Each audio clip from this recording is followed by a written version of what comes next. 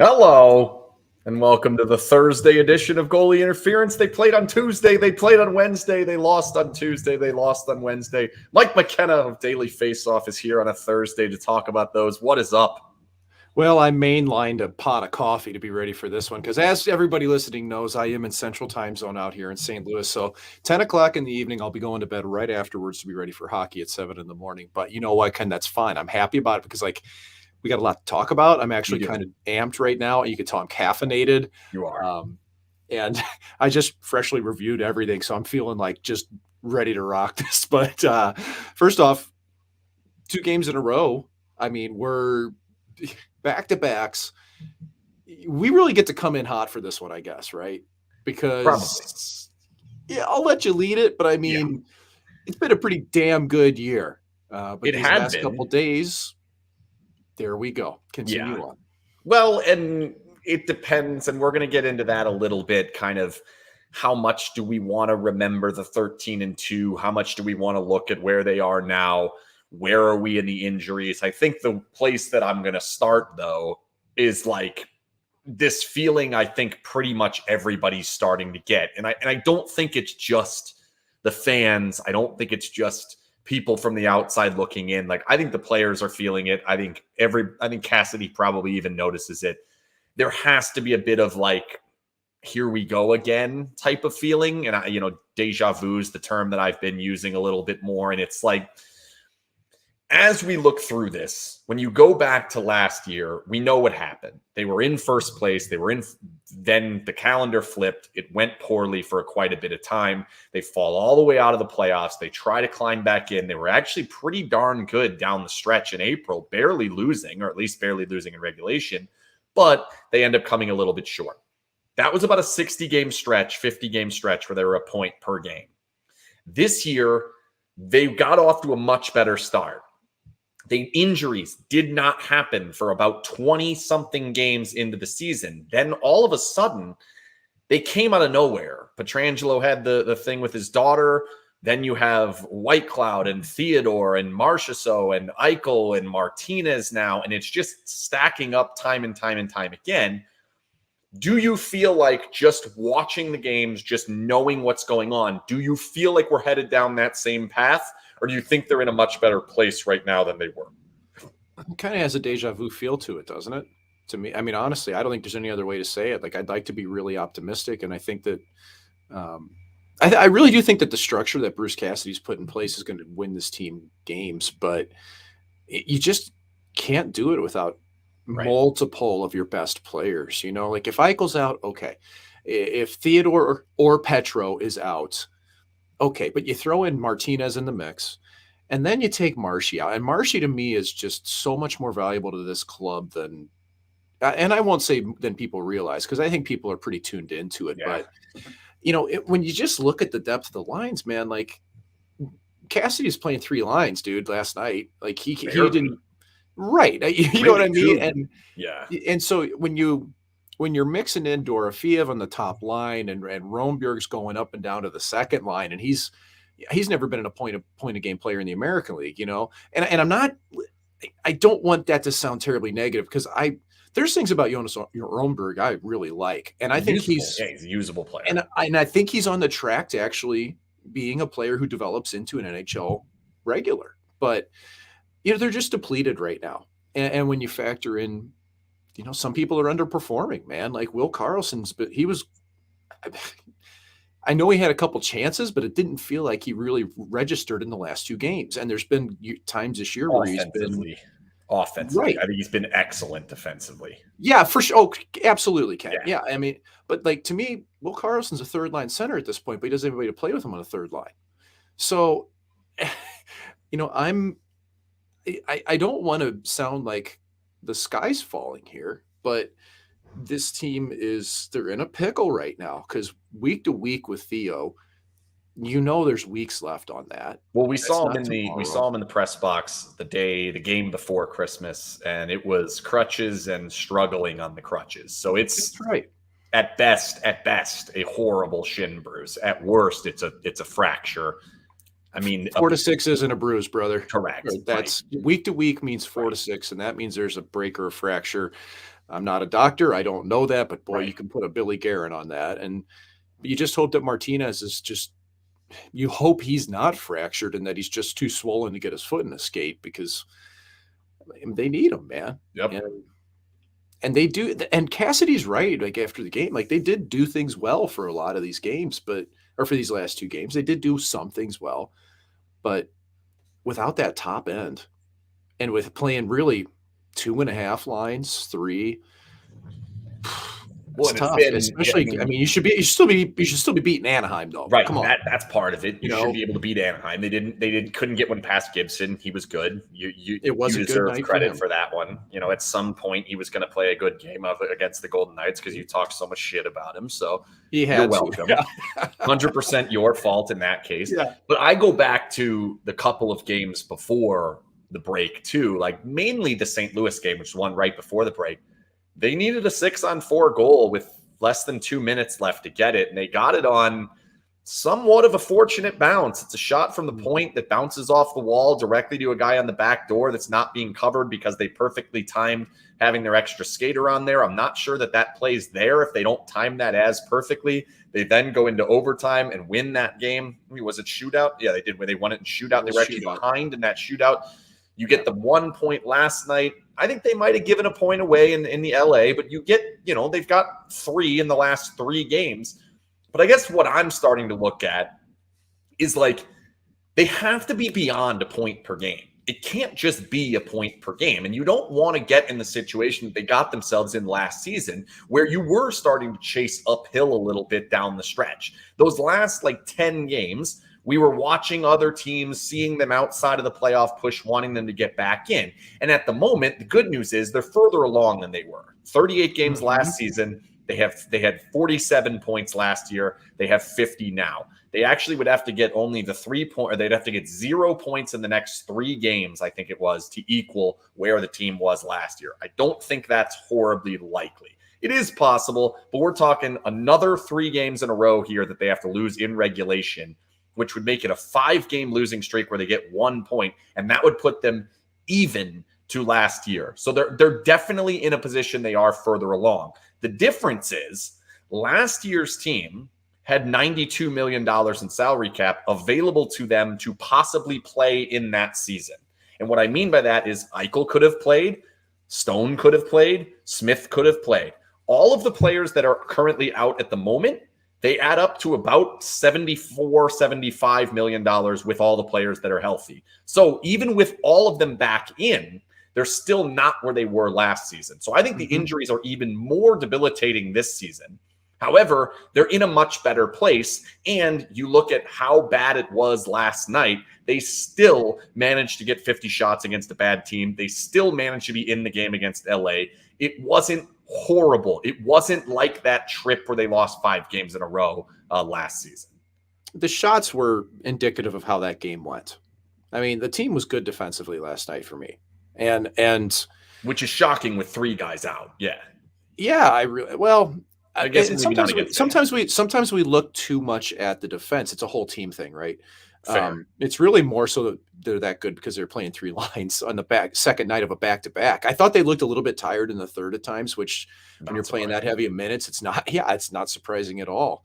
And I do think that this was a really good game from Gibson. Now there's things about Gibson I think they could have exploited. Man, he had a really good save on Riley Smith where Riley went forehand, backhand. Gibson gets a glove on, it goes up and over, and it's like, man, scouting report. When he moves, that 5-hole goes wide open. Stone had it. And Stone in this shootout had it. It just clipped his back leg. That's a guy who looks at the scouting report. And I'm not saying Smitty doesn't look at the scouting report because it's ingrained in you to want to go forehand, backhand up high. But, there were things they could have exploited. But I also thought that for as good as the power play has been for me lately, it didn't have that killer instinct look because you're still missing a couple people. And I think, if you look at Amadio's goal against LA, where does he shoot it from? He's inside the dots, okay? Yep. Now, last night, you got Dorofeev, he's just kept fanning out beyond the dots. And on the other side, even the same way with Miromanov once or twice, you got to stay tight and you got to sell it because they were letting Gibson get set for those shots. So is it may have been a little bit of a mirage in terms of the shots on goal versus chances, but they had some mega ones. So like Gibson made some huge saves. Yeah. So I'd be happy from that. The positives, I mean, Mark Stone's been unbelievable. Phenomenal. Like, I mean, awesome, and I thought that Riley Smith has carried the mail. I think that, I mean, shit, a guy like dude, Braden McNabb made some huge defensive plays in the last couple of games, so I was good yesterday. Dude, he was. When what his goal reminded me of was John Merrill when he played forward that game a couple of years ago, because it was kind of the same, right? Like it was like a forehand backhand play, and I know like Hutton just kept whacking at it, but it was it was that look on his face afterwards where he's just giggling, and the whole bench is loving it, right? Because like let's face it, Cassidy's beat him up too, like in the press, same way, like in the media, like straight up said, well, Pahal's been as advertised, and he's in the lineup ahead of guys for a reason. Well, if you're Ben Hutton, how does that feel, man? That's who he's talking about. Yeah, literally, like you might as well just say it, Bruce. Like you just say, like I trust Pahal more than Hutton. But well, and the problem is, I actually think that's starting to catch up a little bit. The Miramanoff defensively, we saw the turnover in LA. I don't know that was necessarily all on him. McNabb's a little close to him. Maybe the communication's not there, but I'm starting to see a little bit more of teams taking advantage of that. Pahal has had some issues in the defensive end at different times, as advertised, and what was, I think the phrase that Cassidy used was he wasn't at the scene of the crime in the first couple of games. He has been at the scene of the crime in the last few games. So you are starting to get to that point, but like there are still good things that are happening. And I think the biggest part is like, it doesn't seem like most of these injuries are going to be super long-term. Like, I don't know what's going on with Marchessault, but I would imagine Eichel can't be too far away. Let me read what Ben Goetz wrote, because he talked to McCrimmon over the Christmas break, and here's what it said. McCrimmon said he didn't want to give a timeline for when Eichel, who has missed 9 of the last 10 games, which is now 11 of the last 12, with a lower body injury, would return. He said the team has received a number of opinions on Eichel's injury and a treatment plan is in place. It's unclear how long it'll take before he's recovered. Quote, we want to have something that we want to have this be something that we put behind us and not deal with again, McCrimmon said. To me, that freaked me out, but at the same time, it also led me to believe that it's not a season ender. It's not anywhere near a season ender, but I'm a little afraid he's going to come back and not quite be full strength. What McCrimmon gave away there that I don't think he should have, and I'm usually all for transparency, I don't think he should have said anything about second or multiple opinions. Yeah. Because as a former player, I can tell you when there are multiple opinions getting involved, there are doubts as to what's going on. And if you don't know exactly what's going on or the causation of something, you nailed it, Ken. And so, I mean, and hey, full credit to Kelly for saying that. I appreciate it, but that gives a little bit of an insight into it, because if they don't nail the diagnosis and a treatment plan on it, like, how long can you keep Eichel out for at this point? Like, he is the big cog of this team. There's no way around it for me. And, if you're missing Eichel and either Petro or Theodore, this club's different for me. Yep. Those are you can't be missing one of your top 2D and Eichel and expect to consistently be able to roll teams like they did at the start. Sure, Stone would fit that bill too. But it is interesting to see Stone really take this team over again with Eichel out of the lineup. And I'm not here to argue whether that's a good or bad thing. It's just that, to me, Stone plays an elevated role without Eichel, because Eichel, the wrong term to say is that he's a puck hog, but he has the puck all the time. Yep. He is the carrier of the puck. You know what I mean? So Stone doesn't have to play that role. But boy, I really like it when Stone's the guy too. Like he can change a team. To me, his defense comes through when he's expected to do more offensively. And that's a weird thing to say, but I felt like for the first 2 months of the season, really, we weren't seeing the superpower that I call it, his kleptomaniac superpower, where he could just take pucks off dudes. And like, you'll see it. You saw it last night multiple times. They're dicking around behind the goal, and you see Mark Stone creeping up, and we all think the same thing. That's a bad idea. he's about to steal this and the Golden Knights are going to chance. And every single time he does, it seems to me that when he's not kind of putting that pressure on himself to be the dominant player in the lineup, we don't get as much of that. And I'm not sure why that is. And I'm hoping that maybe as we move forward, he is getting into a rhythm of that being part of his game.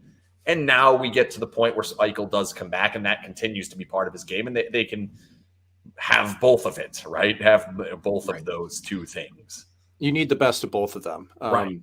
The kleptomaniacs, let's make up a word, kleptomaniacy. Yes. Yes, that's exactly what it is. Well, I think part of it's shown well because he's been really good on the penalty kill and against teams that you can kind of exploit that. So I think that it plays into his strengths that way. And but I mean, that also kind of brings me to a point of where, boy, I'm worried about how they've been against other Pacific teams lately, right? Like their last 7 games are 1-4-2 in the Pacific, and the Pacific Division sucks. Yeah. Like that's a worrisome thing to me. And that's a place they've always been dominant. And I guess part of that, I think, is just where they're at in the schedule. They started off real hot against the division, and they've lost basically it all comes down to 2 back-to-backs. The Seattle-Vancouver one, and then now this one where they lose, 3 of the 4 games in regulation. 1 goes to overtime.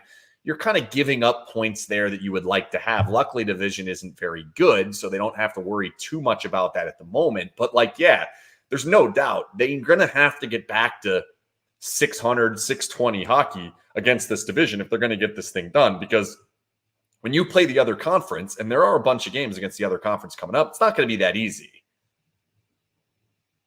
Yeah, no, it's not. I mean, you're going to be facing a Calgary team, even in your own division, that's way better than they were at the start. I mean, Edmonton's dangerous.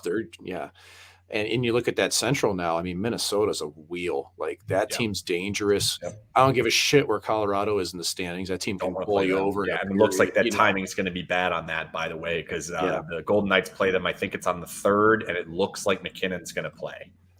Yeah, he's supposed to be back in. So that's not right soon. So we're throwing a lot of things at this right now. Another positive, like I kind of watched that game and I thought at times, like, I was surprised that in terms of the lines, how, man, he just did not split Carrier walk Holsar. Like that is just written in stone. We are not messing around with it. He trusts them. He knows what he can get from them. He knows that they're the bounce back line.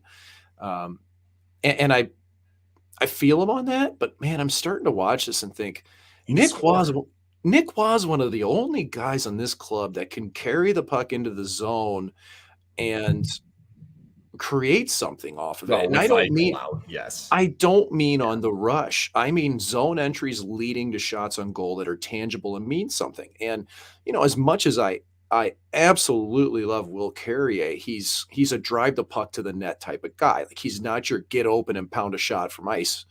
Like a Marshy or whoever else you may go to, Smitty. Like they get open and do that. And Kolesar doesn't fit that bill either. So I'm happy that he keeps that line together because it's consistent, but I just keep thinking, like, at some point, do you try Wah a little bit higher to try to jumpstart something, right? Like, if you're going to put the lines in a blender, I think Lecision can play just as well between, maybe not as well, but I think he can do it between Carrier. Or maybe too. Yeah. At center, would you go? He's played center in the past, yeah. No, I know, but I'm not sure at this level if they maybe were not put that on him. But and Rombier can keep up with Smith and Carlson, so I didn't mind that, but he's not going to drive offense with them. And the only thing that kind of surprised me was how, Dorofeyev overtook Amadio on that top line. And yeah, that was weird. That was weird. It was to me because like Amadio had scored in 3 straight. He's kind of got a little juice going, and then it was like, oh, Bruce, why are you crushing this dude? Like, let him roll a little bit here. And because I got 2 comparables here that I thought of on the spot after I played with the Blues alumni yesterday as a forward.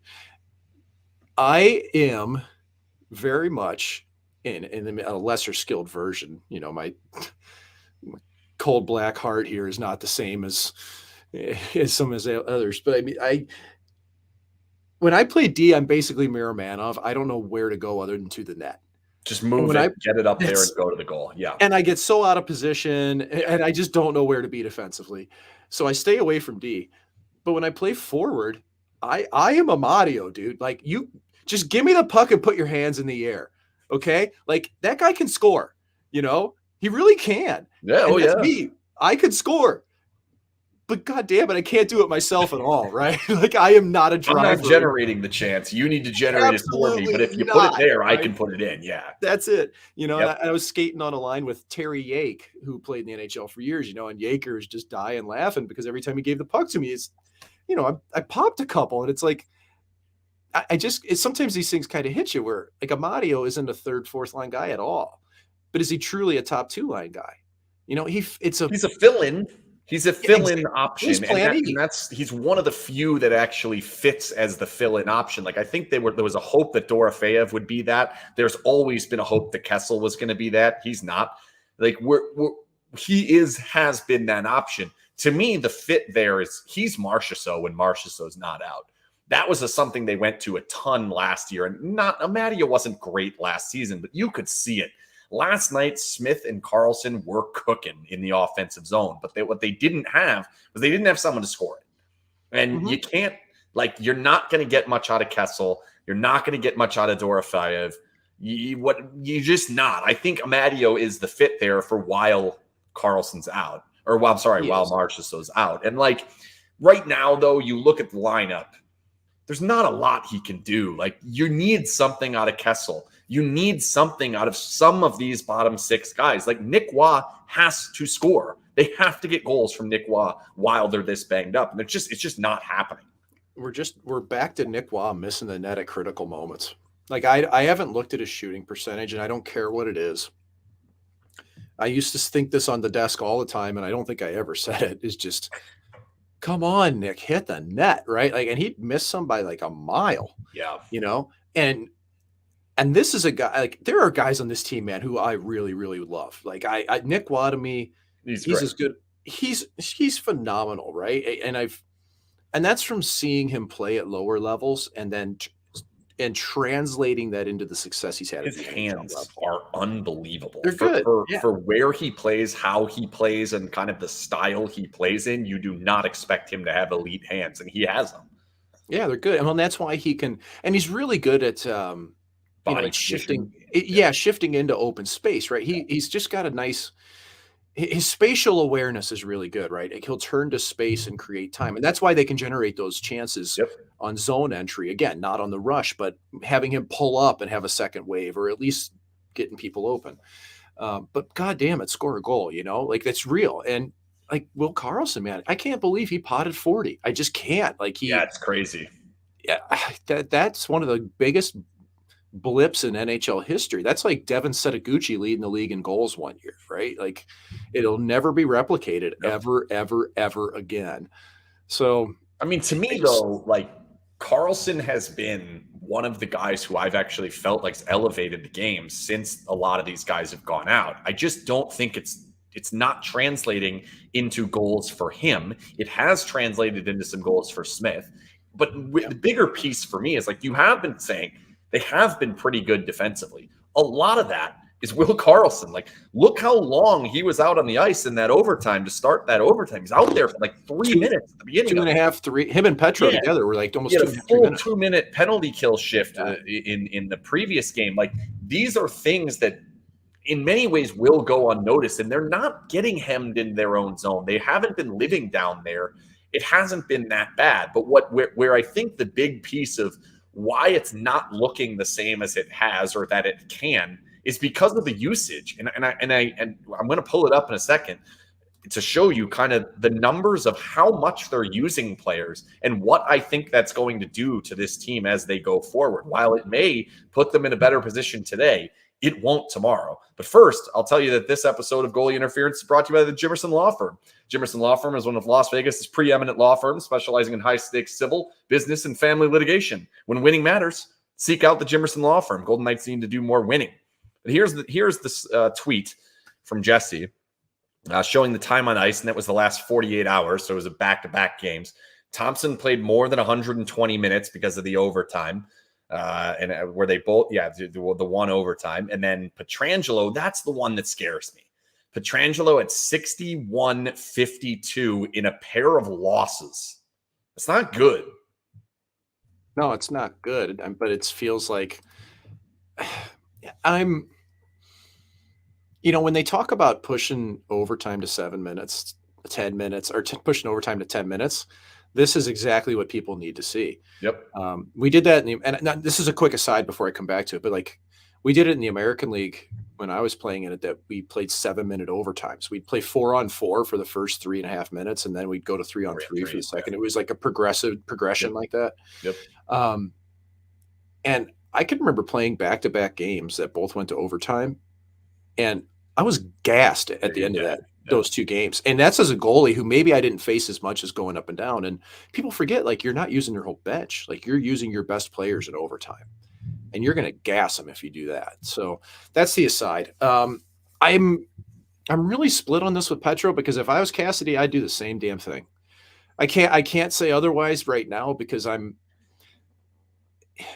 you just even heard it. Like, I mean, you know, you're waiting for Nick Hague to grab that role and go. Like, Nick Hague is who he is right now at this point, right? Like, there's not much more growth that's going to happen, right? He's a serviceable defenseman in the NHL. Are you going to trot Braden McNabb out for 30 minutes? Like, you don't have the same type of players to me that have the engine on the back end that can eat up those minutes responsibly. But I at mean, what what cost? do you consider eating up minutes, though? Like, we need to be playing Pahal 18. Like, I know that seems like a lot, but he has to do it. When we're in the situation we're in with 3 defensemen out, we can't just say all of the added minutes go to Pietrangelo. And while I understand why it's happening, I get it. You're in a position where you look down your bench and you're like, man, we can't give up a goal here. We need to get this thing to overtime. I need Petro back out there. I get it. The problem is when you walk away from those 2 games with 1 point in the division, and really the 2 against LA are a problem because they're now on your heels for real now. Yeah. And with all the injuries, it wouldn't be shocking. And LA's getting good goaltending now that they have Right. Phoenix Copley, Right, who doesn't exactly. end All up of in a the sudden, they're corner getting every 3 excellent shots. goaltending. We'll Yeah. get to goaltending as we typically do on goalie interference, but 10-minute max on goaltending this week. all right, fair. All right, we'll put the limit in. I'll start the timer when we get to it. We're not getting to it now, but my problem is when you do not get wins out of these, it leads to having to do this more and more and more often.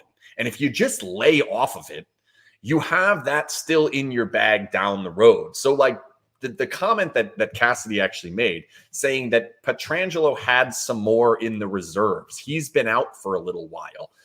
These are he has more in the reserves. My concern is, okay, well, who's going to have it in the reserves in April? Who's going to have it in the reserves in May if we do get to May? Like, they cannot overrun these types of players. And you look at the numbers, like, those are all overrun players. 43-33 for Stone, 42-55 for Stevenson, 41-31 for Smith, 41-12. These are 2-day totals. Like, now we're expecting them to play 2 days from now at a high level against another team that's tough to play against. They're not very good, Nashville, but they're tough to play against. And you're going to roll it right back out. At some point, you have to trust the depth. And if they can't trust the depth, they're going to have to go find more depth. But let's just add an addendum very quickly before we dive in, because I don't disagree with this, but there were a ton of penalties last game. Okay, and it is 100% true that when you have that much involving special teams, it's going to happen. Yep. So I think we do need to look at, and it's overtime, everything. I think we do need to look at it that way. Now, the greater picture for this, though, is this is exactly, honest to God, what you worry about when you sign Phil. Okay. Yep. And man, I don't want to. Phil's an amazing player, man. He has been an amazing player, but at what cost, right? Like, he obviously, like, Cassidy doesn't want to play Phil unless it's a power play, man. He really doesn't. It's by necessity that he's playing him. And if they had a full lineup, like, if everybody was healthy, Ken, he's out. I think we'd very seriously be talking about, yes. No, I don't even think it's a debate anymore. If they had a full roster, he's out. Right. So, if that's the case, like, how do you fix this? I don't know that you can. And do you start double shifting guys? Do you just Yeah, I think you play can't guys. really I do think that. you have So, to play guys. Like but I that know it is, sounds ridiculous, but like you have to see, can Dorofeyev get it done? Like, can we yeah. have a chance where he gets it done? Can Roenbier get it done? Can Cotter or not Cotter, Carrier and Kolazar find a way? It can't be 10 minutes for those guys. They got to be playing 14. I would really like to see if it's possible to keep Lecision, Roenberg, and Dorofeyev. Dorofeyev together if they can. And I really like that look for the continuity of it. You know, I mean, listen, that's a good American League line. It's that the scary part is it's not a great American League line. Right. But it's a good American League line, and it's better for you to it's better to take a line that knows each other and try to translate it to the NHL than it is to just piecemeal something. Because honestly, I know people make a lot out of this, but the difference between the American League and the NHL isn't as big as people think. It is absolutely tangible. But the biggest difference is just how quickly people think the game at the NHL. It's not necessarily the speed, the raw speed of the game. Yeah. It's really the cleanliness of the game, right? It's crisp. It moves up and down the ice. Passes don't miss as much, you know? And I think that's where you can kind of gain an advantage of knowing it's the same way as like when Haig and Whitecloud broke in. Why were they good together? They knew each other. Continuity. So, you know, I would like to see them try to keep them together. But again, when you're still missing players, that's the hard part. And that's to your point, Ken. Like, they're at the point where they need help. Like people Vegas need to play. Like they need Vegas people had a to scout play. in Vegas. Because I don't think you're getting. You look at the back end of both of those games. The Golden Knights were not horribly dangerous in the last 5 minutes of that game against Anaheim. It got to overtime because the Golden Knights had to take their foot off the gas because they were out of it. And then overtime happened, and that was not particularly good either. Like, but they did a great job on that kill. Let's say that they did a good job on the kill. They kept it to the outside. They're in a good position. And I think Thompson was a big part of that. So Thompson keep going. made one real good save on that penalty kill. But I think you're getting diminishing returns from Pietrangelo, from Smith, from Carlson, from Stone. Stevenson might be the biggest one. Where has he been the last couple of games? I'm out here listening. People are telling me he's top 50 in the NHL, and then he gets nothing in the last 2 games. Go ahead. He's in his own head. That's what's happening. He's trying to do too much. No, I don't think he's trying to do too much. I think he's just overthinking it. And I got one great example of it. I put this in my notes because I wanted to make a point of it. There's on the power play in the second period, Gibson had already made a really big save on Dorofeyev going right to left on the back door. And Stevenson got that exact same look, you know, within, I don't know, a couple minutes, I can't even remember if it was the same power play or not, but it was the same look. No. And he tried to go right back across the middle. Yep. He absolutely should have shot that puck. Shoot that puck. Okay. Like, and to me, that's a player who's thinking, I just saw this. Now I got to find something different. And I've seen that at times. And I think it's one thing that, you know, Nighty said that was pressing on the broadcast. He's like, man, I'd like to see him shoot more straight up. You know, like he's got a good shot. I'd like to see him use it. I'm like, totally agree with you, man. Like I'd like to see him just release. Score that often shooting though. When you really think back to a lot of the goals, most of them are in and around the goal. A lot of them are breakaways, 2-on-1s. He doesn't shoot a lot.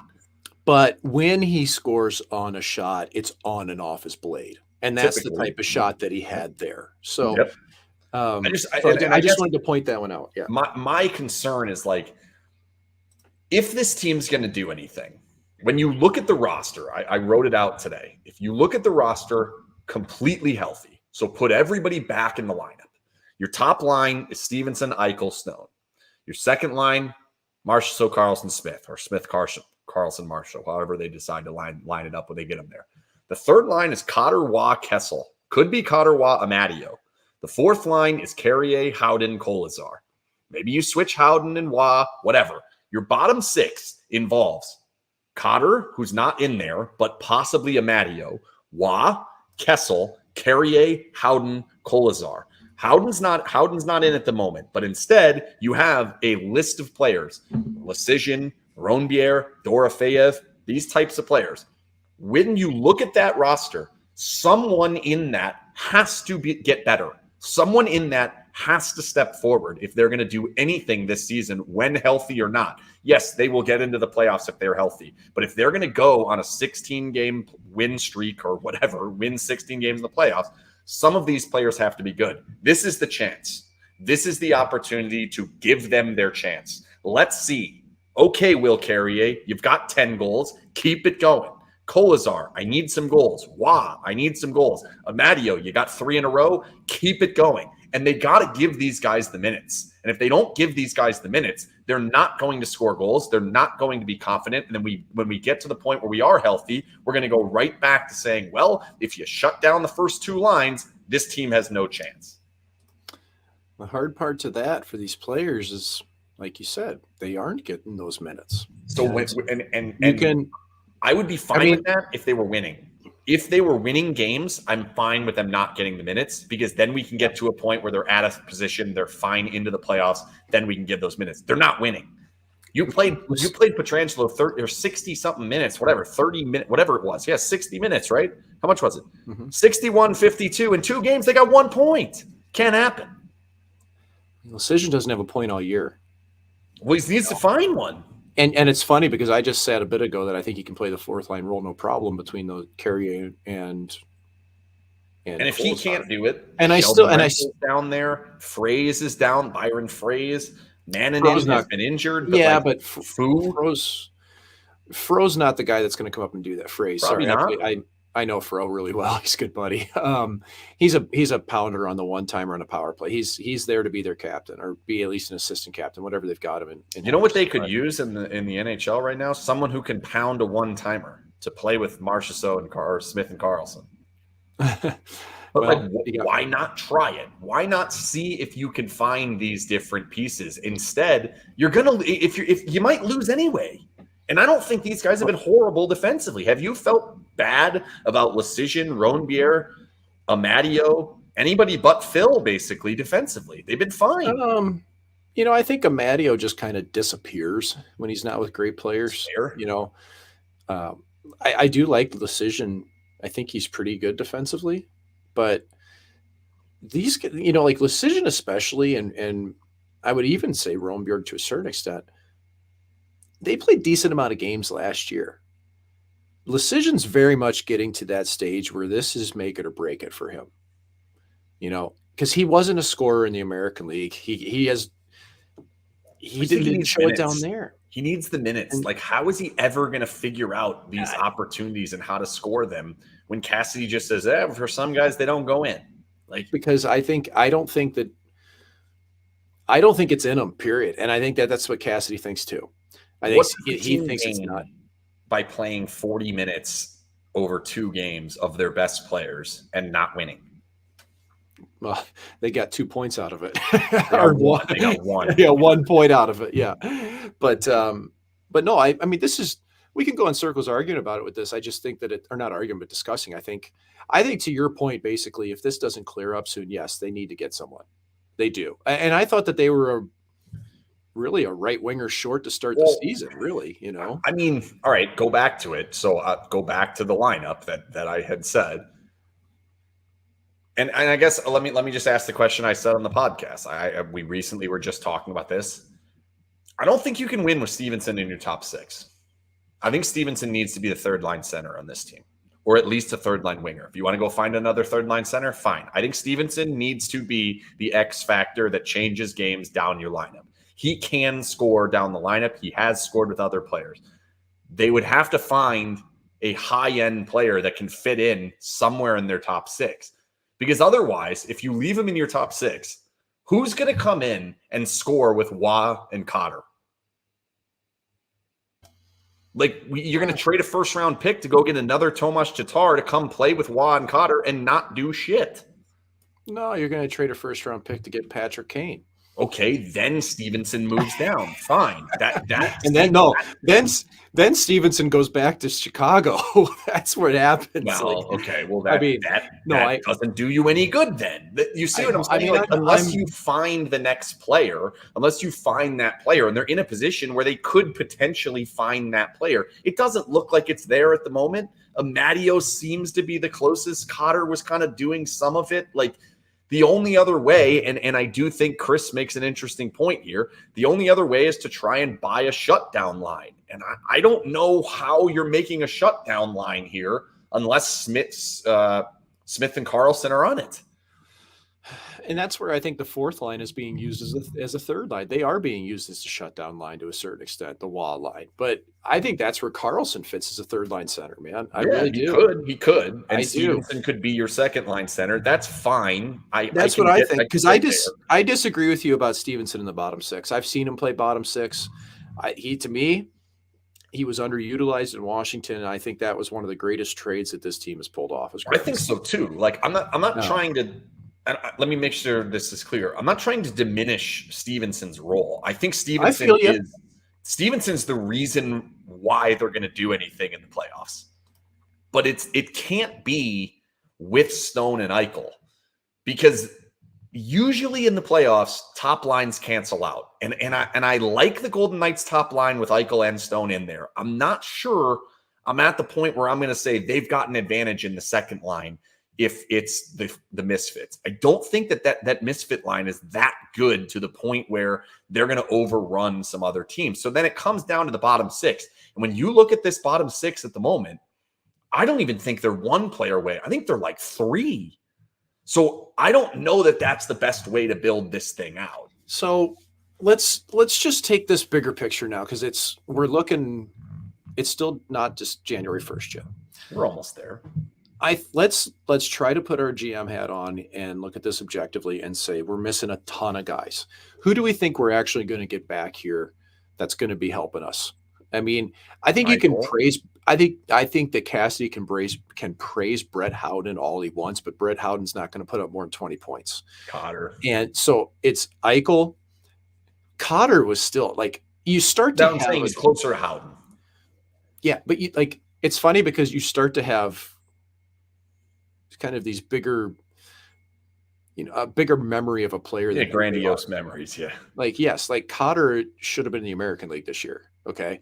He made the team because he had a great camp and there were some injuries. And man, he grabbed lightning in a bottle a little bit. He was going to ride the roller coaster this year between good and bad games. Big time. Guaranteed. Especially okay. That's just, that's what it was going to look like. That's Jake DeBrusk 2.0. If they're going to, Marchessault we think is coming back. But Theodore really concerns me, and Eichel really concerns me. Whitecloud's going to be a bit.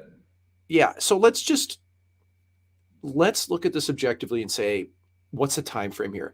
Because if this team thinks we've just got to get through All-Star break, if that's the goal and we're going to be healthy after that and we're banking everything on health after All-Star, somebody else is going to get hurt. It's just the way things happen. Especially if you're playing 60 minutes in 2 nights. I worry about that with Stone. I worry about him logging the minutes more than anybody else. I've seen Petro do it in St. Louis before. That guy could probably go run a marathon after a game. Okay. Do you remember when he did the interview with his shirt off in playoffs a couple of years ago? Like, that guy's he's a freak, dude. but I just, the wear and tear that Mark's had, healthy. I know he feels great. I know all those things, but he's a big body that plays the game really hard. Like, and by the way, I love when he gets pissed. Like, he got pissed at Carrick last game because the guy hit him a little bit, and he'll take a run at a guy every now and then. He gets mad, which I love. But you know what? That's another. As soon as I saw that, I thought there is not enough grit on this team, and I don't mean fighting. I don't mean Revo. I mean, this team isn't gritty enough for me, though. That's one thing I think they're missing. You go play. They have it when they're healthy. I think it's there when the game's going their way. No. You go up against the Bruins, and Brad Marchand's an absolute piece of shit in your face all game. You go up against the Toronto Maple Leafs, and you want to slit Mike Bunting's throat on the ice. Okay, so like, these teams have people that drive you bananas. And they're just, God, they're just shitty on the ice. And they're the guys that I love the most as teammates. Pacioretty was one here. I think Patch has had that to him. Perron I mean, I think certainly did. you know who actually had some of that that's real undercover is Paul Stastny. Yeah. People may not realize that, but he learned that from his dad, how to use his stick. God, he'd bury guys, And I think this team looks different with Marshy out like that. I think Marshy plays that role well for this club. And so the heart beats a little bit different when he's not in the lineup. All right, we're going to bring Jason in, and we're going to do the 10 minutes of goalie talk because I do think we're in an interesting spot here. It's time to close it out on the goalie talk. Why am I always the goalie guy? We're getting to an interesting spot here. You had kind of the worst type of performance you could possibly have out of Hill. I thought it was pretty rough getting him out of there that quickly. Does seem like it ended up working out, I guess. Thompson doesn't give up a goal. Hill has not been good. If you look at the past month or so, his numbers are not good. The goals saved above average is down. He's losing games that they shouldn't be losing. He's giving up more goals. He hasn't been good. Thompson has been average. He's been literally the goals saved above average prior to last night's game was 0.00. I've never seen that before for a guy that's played that much. It's wild. But it was even. He gives up the goals that you should. He stops the ones that he should. That's kind of how it's going. Then you have Brossoit. Brossoit was killing it in the AHL. And then last night, the very night that the Hill gets pulled, he gives up 5 on 18 shots. I watched the highlights of the game. They only showed 4. Come on, goals. What is this AHL highlights? They only show 4 of the goals, 5 goals. Nonetheless, 3 of them weren't good for the goalie. So what should they do here? Last night's game. So I'm going to go through this the best I can. And for me, I've been saying about Adin Hill, I hate the way goals go in on him, right? And from a technical standpoint, I think that there's more to give there. And last night's game was supposed to be the highlight reel of goalies on their ass. It was supposed to be it. And we never saw Gibson swimming a lot last night, which is actually a little surprising. The first goal was weird on Hill last night. I mean, it's a shot from a bad angle. He goes into regular VH, which was kind of here nor there, but he swiveled into his net, which it looked off. Okay. As Cassidy said, something looked off. Well, that first goal, yes, I agree. But then it also bounces off Miramanov and in. It was just chesting it back in soccer so that he could pick it up. If you kick it back, he can't. He's got to play with his feet, right? Oh, wrong sport. Sorry. It was just a weird goal, man. So I'm gonna throw that one out for Hill. But that second goal from Henrique, I'm going to give you both sides of it. I'm going to give you the goalie side. That goal that Henrique scored, I'm telling you, looks terrible. But if you've ever put the pads on in your fucking life, you know what that's like. Because what happened was Henrique winds up for it from the left side of the D's feet. And I can't remember who the D was on the play, but it's the left side of the D's feet. And it crosses the D's feet as he's coming down on the puck and it ends up shooting from the right side of his feet. There's no earthly way Adin Hill could have picked that puck up. I'm sorry. You can't see the release. The way it happened, I've seen this thousands of times in my life play out in real time ahead of me. He could not see the release of that shot. And it goes off the post and in, and it was an absolute hoper by Henrique. Mm-hmm. Okay. Was it a good shot? Absolutely.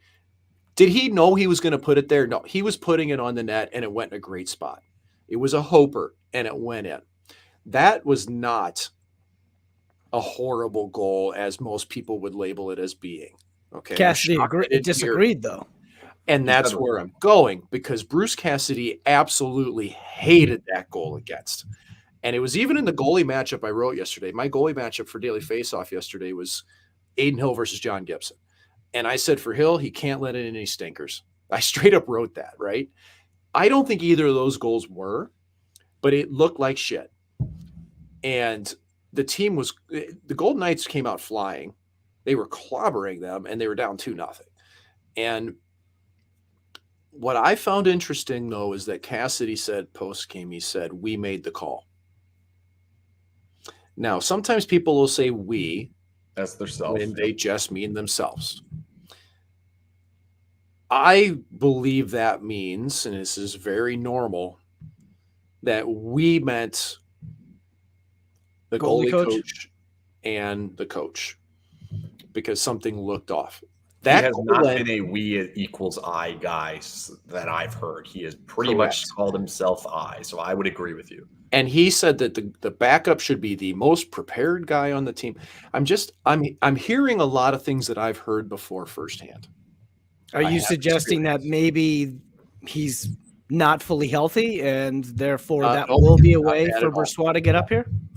No, nothing to do with that. I'm hearing things I've heard before in a tone of that I've heard before. And that was, to me, almost 100% a decision, I think, where the earpiece said, get him out of there. You think there was a plan before the game?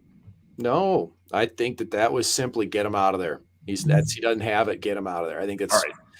I'm guessing if I had to put money on it, and Mike Berkey may hate me if he ever hears this or anything, but I bet you anything Berkey said get him out of there. So it happened. And I think Cassidy at the same moment went, yeah, absolutely. I'm getting him out of there. It happens. The other goalie comes in. He was how would you say his performance was in LA, Thompson? Okay. Oh, in LA? Oh, I thought he was. I have no problem with his game in LA. None. Okay. Thompson's. So then the St. Louis game, I had a problem with the St. Louis game.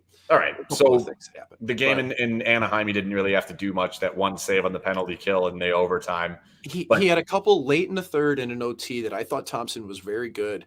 He didn't have to do anything for the first, almost period, basically, when he went in. So now it's happened. Now it's real clear. You've got a clear starter and a clear backup. It was headed back towards that they were close. It's real clear now. You also have the guy in the AHL. I'll go to Jason first. What would you do? What's the plan for the next, say, 10 games? Does Brossoit come in? Do you keep riding Hill a little bit like they have to 1 out of 3? Do you try to go back to 50-50? Do you just give as many as you can to Thompson? Like, what would you do? I feel bad saying it, and Mike, you might not like this because you're a goalie, but I don't have any confidence whatsoever in Hill. And I think that when you go into the game and he's your starter, I'm pretty sure that the team around them thinks we have to do a little bit more today than we have to do last game with Thompson in that. So therefore, I don't really see him as a great backup. And if you have one down in the AHL, now, Mike, here's a little bit of I want to ask you this.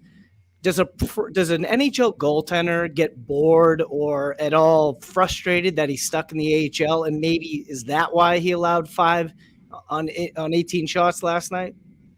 Nah, he allowed 5 on 18 in a game. He played great for a long time before. It happens. So simple as that, man. Okay, so it happens. But you just said he played great for a while. It's a chaotic league too, man. It's a really chaotic league. The American League is. You can have those games too. Meaning just you don't know who's in front of you, who's going to show up, basically? Well, think about it. Like, you not only have to deal with the lineup troubles above you in the NHL, but your own team. Yep. Like, you can be bringing in guys from the coast that you've never seen in your life. You're picking them up at a rest stop and slapping a jersey on them that night. That can happen. I've seen it happen. I've been on teams that we literally pick players up at rest stops on the side of the highway before. Okay. So it's a chaotic league. Maybe he had a bad night, whatever. So man. Jason, your plan is Brossoit comes up? Yeah, because right now you have the ability to do it, correct? Yeah, for sure. Financially. So yes. then both financially and with roster spots. Yes. I would do it.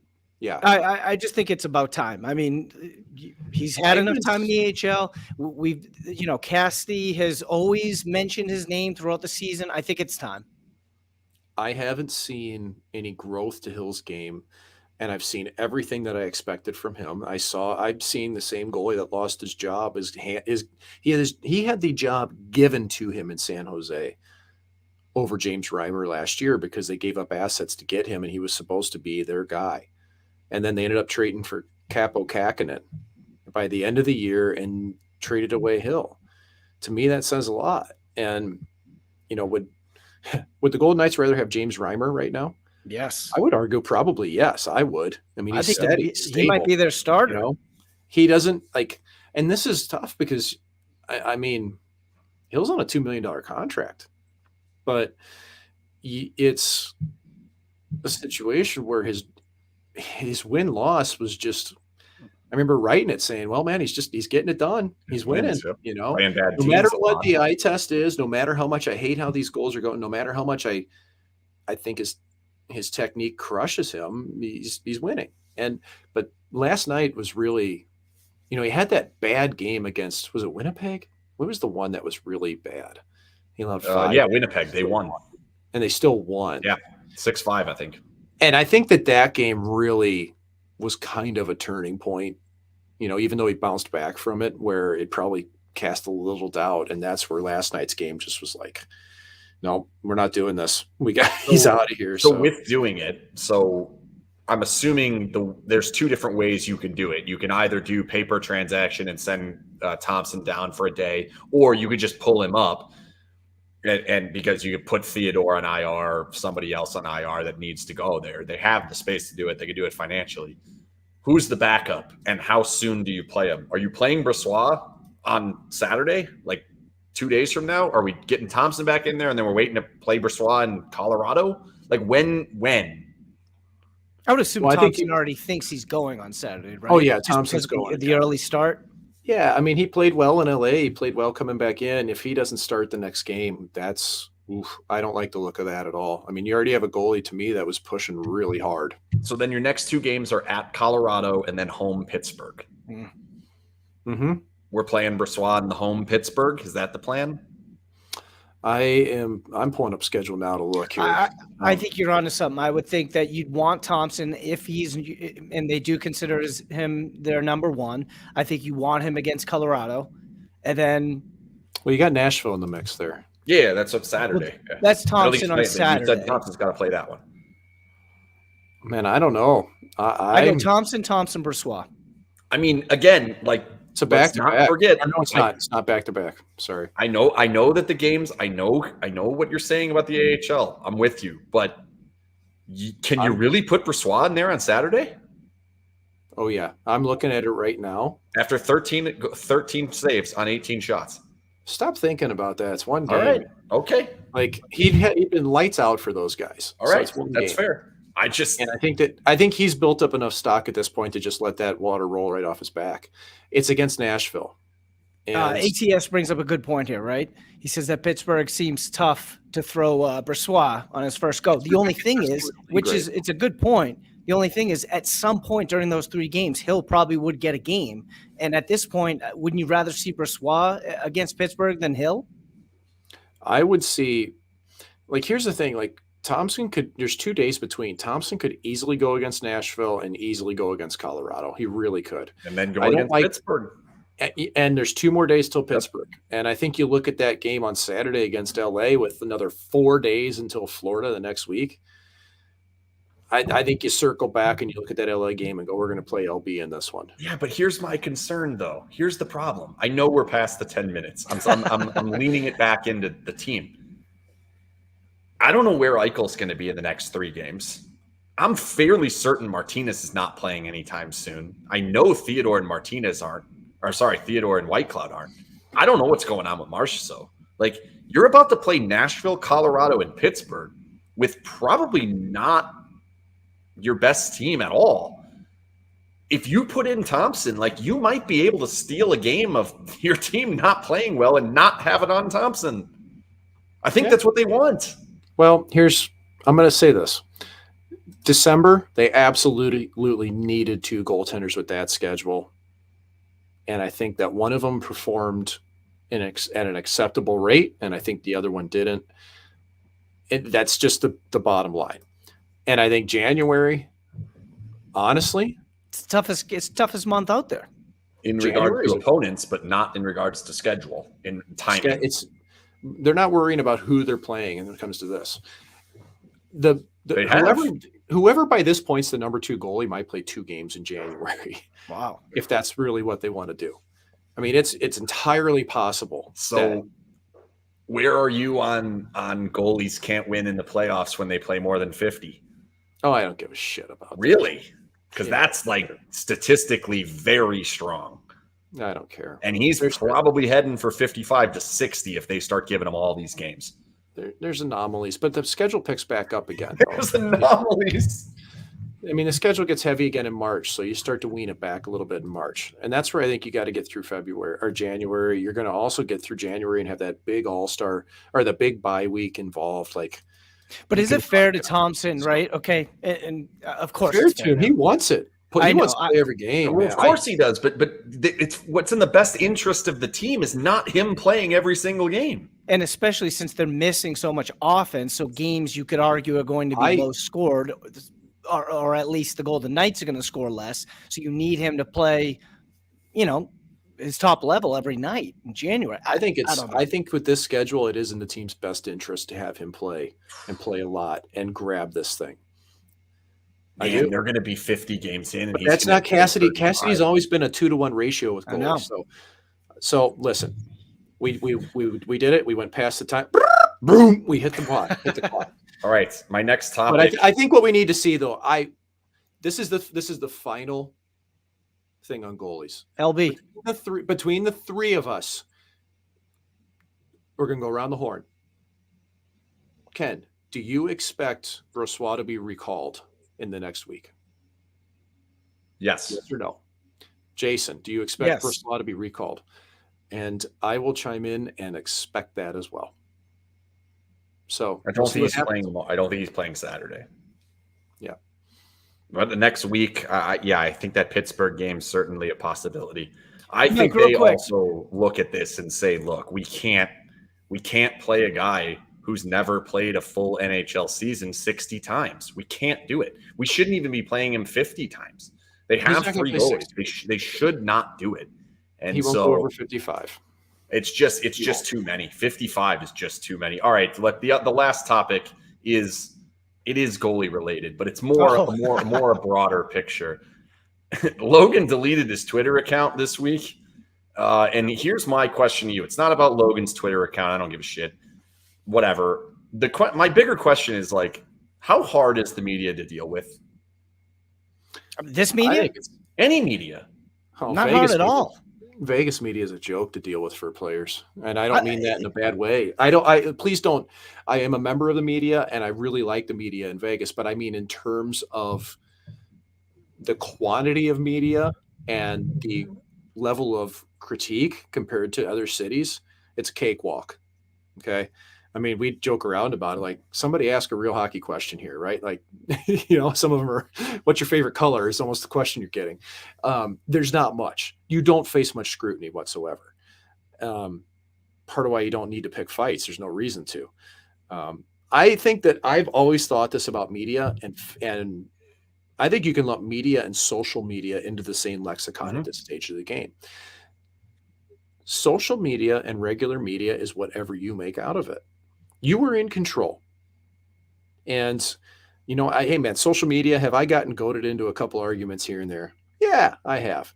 While I was a player, no. I may have had a couple witty retorts, but, man, I had rules. If that Twitter profile doesn't have a profile picture, I don't respond. If that Twitter account has 8 numbers at the end, I don't respond, because they're idiots. And but regardless of that, if you're being interviewed, the interviewee is in control. If you don't like a question, you don't have to answer it. You can take it however you want to go. And for example, to Bruce Cassidy's credit, man, he just lets it fly. Like, he is an incredible. He's great. For you guys, he's awesome. He's as honest as they come. From the player standpoint, I really don't like his interviews. I don't. I have all the respect in the world for Bruce Cassidy as a coach. I think he's a phenomenal coach. I've had great interactions with him. I would happily, work with him, sit down for dinner, anything. But I don't like how he occasionally handles the media in terms of players. And that's just my opinion. But did you ever think DeBoer was a little too honest at times, especially pointing fingers? No. Goaltending at the end of the year? I didn't. he's just a goalie hater, which he's got a pretty good luxury going in Dallas because his goalies are playing fantastic this year. The reason I wanted to bring up Logan's Twitter account is because I feel like for some reason, and I don't know what to make of it, it seems like a Golden Knights thing that if you write a good article or make a good comment about somebody or whatever, anything you say that's positive, it basically is ignored. It's not even, it's like it didn't happen. And I'll give you the example because this is exactly what happened. Danny Webster, who writes for the Las Vegas Sun, wrote an article that said Thompson is the favorite to win the Calder. Mind you, he's absolutely not. In any way, he's not. Look up Matty Beniers. He's not. Okay. But that's the article. 2 days later, one goal goes in a game the Golden Knights won. And he ends up having to delete his Twitter account over that one goal. So what my point is I know they're reading these things. I know some of the things. Why is it so difficult to not take all of it in and then be so like they read and then they listen to our questions and talk to us in the media and all of this? Like, is it really that hard? Like, what am I missing here? I get shit on all the time on Twitter. Doesn't bother me at all. I don't care. Not everybody does. Not everybody does at all. There are some people that don't touch social media. They truly don't. Is it a generational thing, Mike? Maybe. I think that's part of it. I think it's just more personality. Some people are just wired to use this shit. I loved using it right from the start. And you know what? I think that the sheer quantity of positive interactions that I've had is, I mean, it feels like 1,000 to 1, honestly. Like, right, I get negative stuff every now and then, but I had so many good things come out of social media for me, you know? And did people come at me a lot? Yeah, but I'd store that away and just kind of deal with it, you know? And that's where, I mean, like the Vegas, it's always surprised me a little bit because, man, Vegas players don't tweet in season unless it's a promo thing. You know, even like I was shocked that when Robin was active on Twitter, that blew me away because I think that was just Robin doing whatever the hell he wanted. Because I think that, I don't know this, I have no idea, but I think I thought for a long time, my own conspiracy theory, that there was a team mandate: don't tweet unless it's a chair, you know, something. But there was. Let's just I bring was told this there up. was. Just and in your experience, how much media training do players get? It depends on the team. You know, I came up through the National Predators organization. Even though I never signed with them, I went to 4 development camps, and we did media training every year. I don't know many teams that do that. And I actually think that if I were to create it would be as simple as, like I just told you, like something that stuck with me, the interviewee. You were in control of this interview. And we would even do like mock interviews and learn from it, you know, and they'd have somebody ask a question that was completely off sides and you'd see how the player responded. And then you go back and say, well, this is what you should have done in this scenario, or deferred to somebody else. And like, it was all media training. And honestly, it's something that if I could create my own cottage industry, I would love to do media training for players, but I'd also like to do media training for reporters in some ways, you know. Like I honest to God think that reporters just don't know how to ask, or journalists, anybody. I don't think they know how to ask a question that anymore. Like, so many people just make a statement and then expect the player to say something. It's like, you have to ask who, what, where, when, why. Like, you have to ask a question to get a response. And the players just, they're so used to not getting questions that they just talk now. Yeah, but Mike, sorry to cut you off, but the reason why the reporters are forced to do that is because when they do ask a tough question, either they get their credential pulled, they get lectured, they get all this bullshit from the organization because they're actually asking tough questions that they don't want their players to answer. So therefore, it puts reporters in a position that they need some sort of quote. So you just ask some bullshit. Oh, how did it go tonight? And it's, you know, nobody gets anything out of that. The fan, specifically, we're all here for the fans, right? The fans get nothing out of the questions because they're not, the reporters are not allowed to ask tough questions. So really, they're allowed to in other markets. They ask them in Toronto and Edmonton and all these markets that are hard ass markets, and they get those questions and they know they have to answer them. And it's bullshit that happens. Honestly, like it's always been the tightest tight-lit organization when it comes to media like that. Like players should have to have their feet to the fire. If they should, period. You have to know how to answer those things. And I don't, I mean, the hard part is that who are you going to complain to? The NHL? The NHL is, you're supposed to be able to ask these questions, right? They don't want you to ask them. And no, the NHL doesn't. I think that the NHL is very much in line with what their teams want. But I think that the NHL also is starting to finally come around that, boy, a little controversy isn't a bad thing. And it's not just controversy, but just quotes, right? Like you need quotes, you need to sell. But I mean, the Professional Hockey Writers Association, which I'm a member of, we can put pressure on a team if they're janking people around, but there's only so much pull. It's not a legal recourse thing. So my toughest thing about this is like, I don't understand why it's that difficult.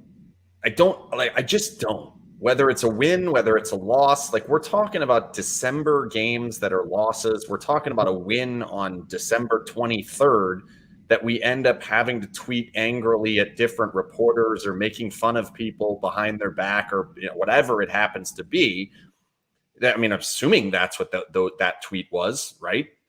The South Park thing with the fat guy sitting behind his desk, that's making fun of somebody. I don't know who it is. Maybe it is me. That's cool. I don't know, but whatever. I just don't understand why this is so hard. Like, I know I'm not a player. I know I've not been in that situation. I understand it's different, but I also think it is fair for me to sit here and say, read some of my replies, read some of the shit I take over the course of the season. You can deal with it. You can continue to go. You can continue to do your job and do it at the best of your opinion. And you don't have to let it affect you the way that it seems to affect the Golden Knights. I don't disagree with what you said about affecting people. Like, you should be able to have a social media account and play hockey. You should. So this really just stems from the fact that if you've made it to the NHL, you know how goddamn difficult that is. And it's exceedingly difficult. It is more difficult than people who haven't done it can ever imagine. And I'll give you a great example. There's 10,000 people in this world that had their NHL careers derailed by a knee injury in high school, and they'll all tell you that. Mm-hmm. And 9,998 of them, that's a load of shit. They sucked. Or maybe they were. How is this beer league continue if that's not the case? Yeah, exactly. So to me, that's the root of it, is that we've worked so hard to accomplish this. How can somebody who just watches the game casually have this take about us in this way? But here's the thing. And I get defensive about this stuff too. I did when I played. Absolutely. But I remember talking to Ilya Bryzgalov, of all people, about this. Wow. Why universe so humongous big? I interviewed him for my podcast and I screwed up the audio on it. And to this day, it kills me. I've got the audio, but it's almost indiscernible. Oh, we need to remaster that shit. I tried. I sent it to Metal Blade Records. They couldn't clean it up. It's a mess. Okay. So, and speaking of, let's just do that real quick. Metal Blade Records, which by the way has their, they have a full on. Those are nice. That's like Hall of Fame. I like the Violent Gentleman. War is on Metal Blade Records. Yeah. Nice. And shout out to my good buddy Brian Slagle, who is the owner CEO, and they have a SinBin follower. I think they have a museum in Vegas for Metal Blade Records and the history of it. Wow. Anyway, shit. Well, I lost my own train of thought. And I can't. You guys can't. Ilya Bryzgalov podcast. So Briz, yeah. So Briz was like, I talked to him about how he likes going to games now, and he's fans. They say anything, they scream, they yell. And I was like, man, it must just drive you nuts to hear. He goes, no, they're having fun. He goes, this is their release. This is their way of enjoying it. And I was like, what the fuck? Like, this was some like galaxy brain stuff. It's typical Brizgalov, I was going to but say that's the guy. Yeah. he had gotten himself to a mental place where he literally didn't give a shit what people did in the building because they were just there to, it's their release. That was his thing. Isn't that like self-confidence? He knows how good he was. He knows how good, like all of these guys should know it. If I compare you to another NHL player, I'm not saying you're not better than dipshit beer league guy that isn't any good. Like that's not what we're doing here. And the other thing I can't get over, why anyone can't understand that if you do not criticize, you cannot praise. Your praise means nothing if you never criticize. You have to be on both sides. It has to happen. Otherwise, it does not mean anything. And so why can't players figure that out? Like, I just don't get it. It doesn't seem that hard to me. Maybe we need to switch jobs. I mean, remember when Marshy went crazy on Insta a couple of years ago, like it just, there's certain things that can happen that set people off, and that's, some people are more defensive than others. Some people are defiant and want to fight. My 9-year-old, she wants to fight everything. Oh boy.